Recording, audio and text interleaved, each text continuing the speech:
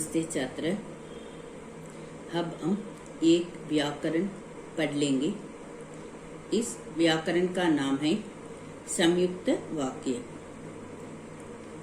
अब हम संयुक्त वाक्य की परिभाषा पढ़ लेंगे।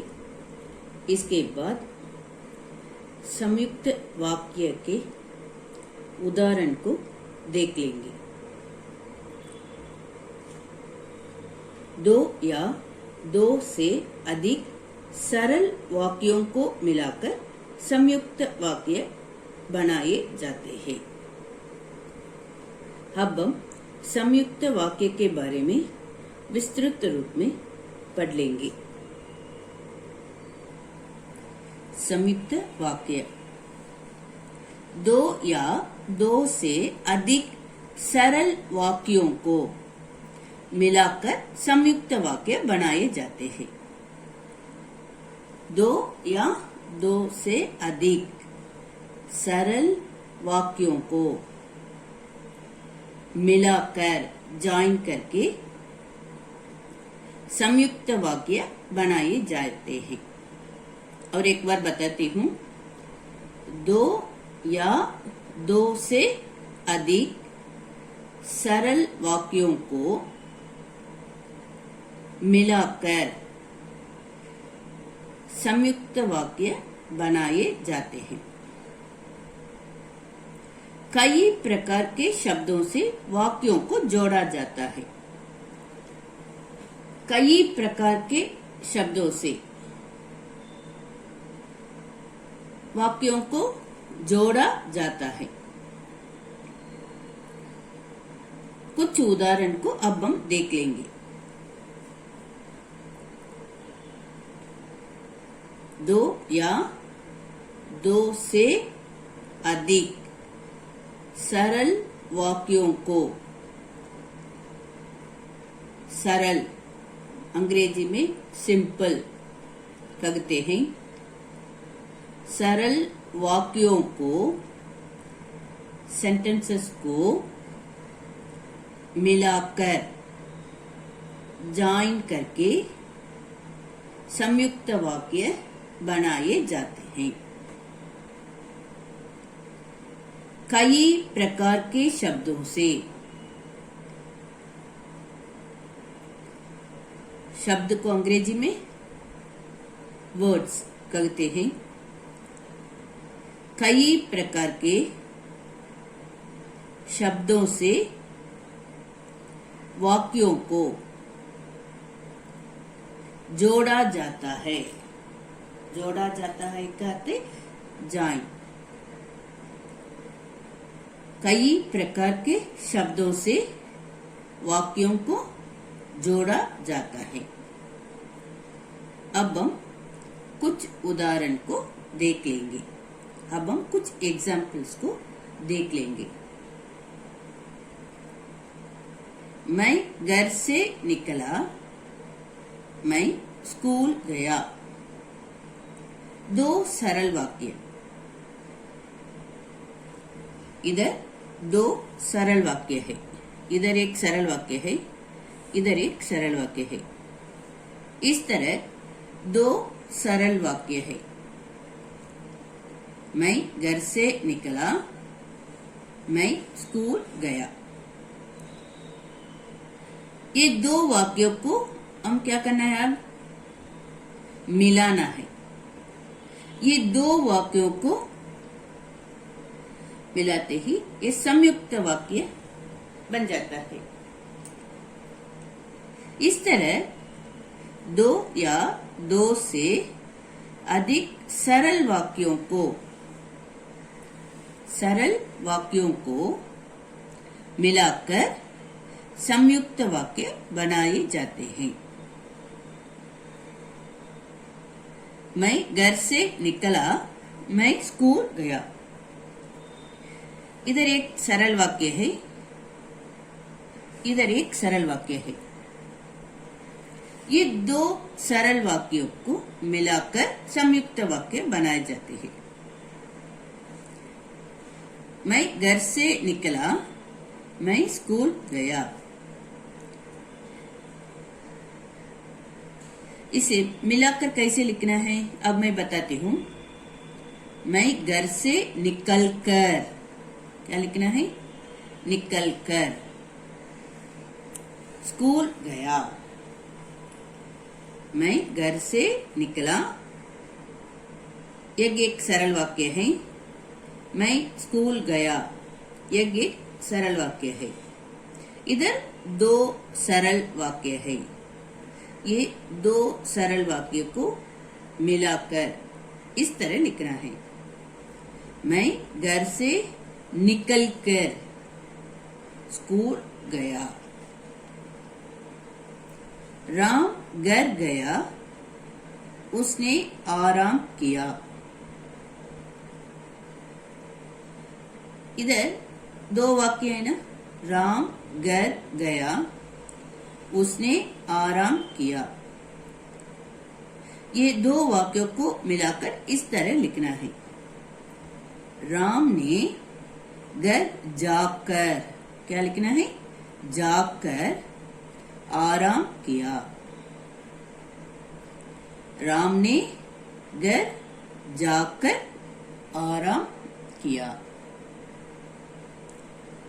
सरला की बहन की शादी थी, वह स्कूल नहीं गई। सरला की बहन की शादी थी, इसलिए, क्या लिखना है? इसलिए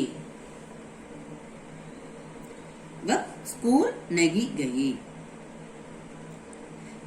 सरला की बहन की शादी थी, इसलिए वह स्कूल नहीं गई। मैं बहुत कमजोर हूँ, बोल भी नहीं पाता। मैं इतना कमजोर हूँ कि बोल नहीं पाता, ऐसा लिखना है। मैं इतना कमजोर हूँ कि, मैं इतना कमजोर हूँ कि बोल नहीं पाता, ऐसा लिखना है। वह मंदिर के पास रहते हैं। वह मंदिर के पास रहता है। वह मंदिर कम जाता है। इधर एक वाक्य है, इधर ये वाक्य है। ये दोनों को कैसे मिलाकर लिखना है इसके बारे में अब मैं बताती हूँ। वह मंदिर के पास रहता है।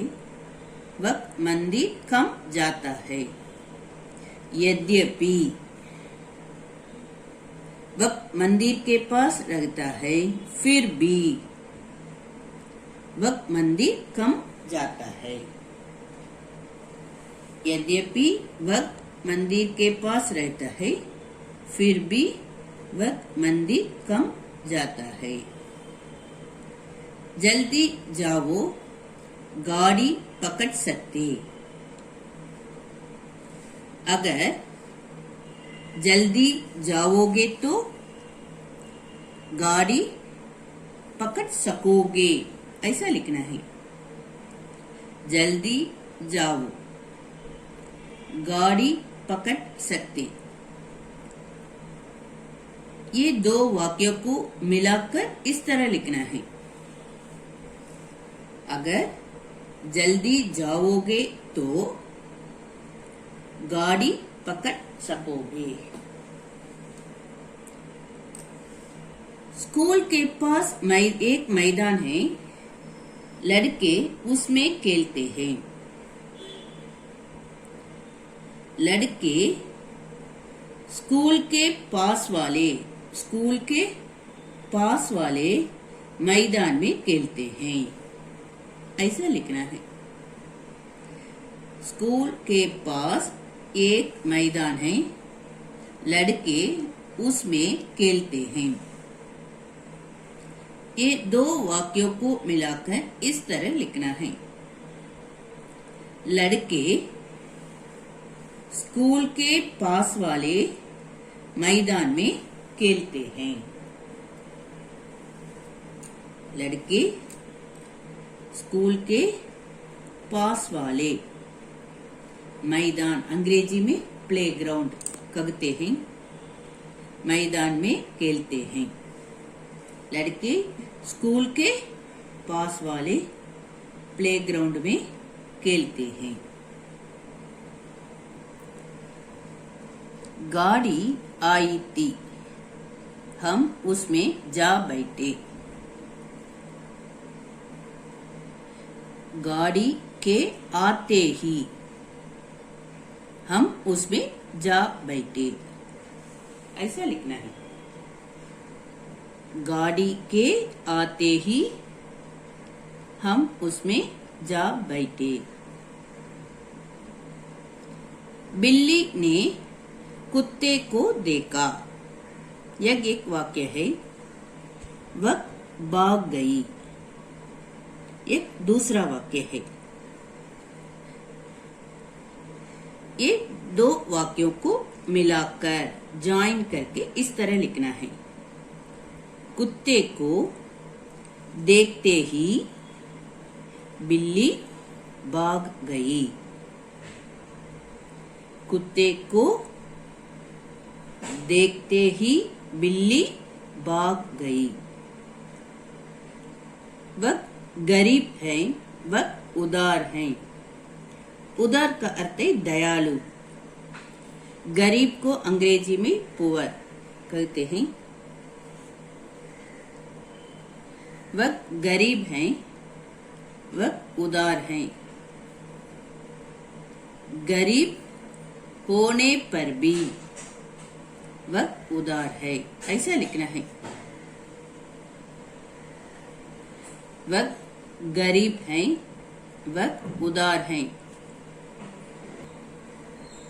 वह गरीब है, वह उदार है। गरीब होने पर भी वह उदार है। ऐसा लिखना है। गरीब होने पर भी वह उदार है। उदार को दयालु ऐसा भी कहते हैं। उदार का अर्थ है दयालु। गरीब होने पर भी वह उदार है। गृह कार्य। अब तक 10 संयुक्त वाक्य पढ़े थे। इन 10 संयुक्त वाक्यों को अच्छी तरह एक बार लिखिए। धन्यवाद।